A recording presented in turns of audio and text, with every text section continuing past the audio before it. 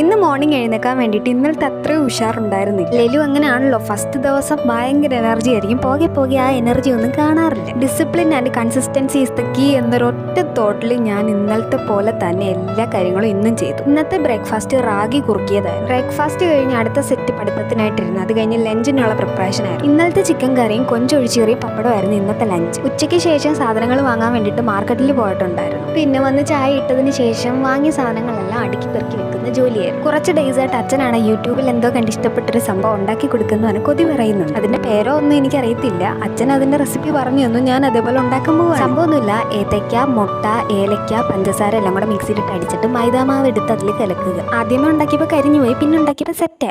അത് കൊടുത്തപ്പോൾ ഉള്ള ആളുടെ സന്തോഷം ആഹാ അടിപൊളി. ചിങ്കുവാക്കിയും കൊടുത്തു, ഞാനും കഴിച്ചു. It was good. അത് കഴിഞ്ഞ് എനിക്ക് കുറച്ച് നോട്ട്സ് പ്രിപ്പയർ ചെയ്യാൻ വേണ്ടിയിട്ടുണ്ടായിരുന്നു. അങ്ങനെ അതിന് വേണ്ടി ഇരുന്നു. ഇനി നെക്സ്റ്റ് ഡേ കാണാം. അപ്പോൾ ഓക്കെ, ബൈ.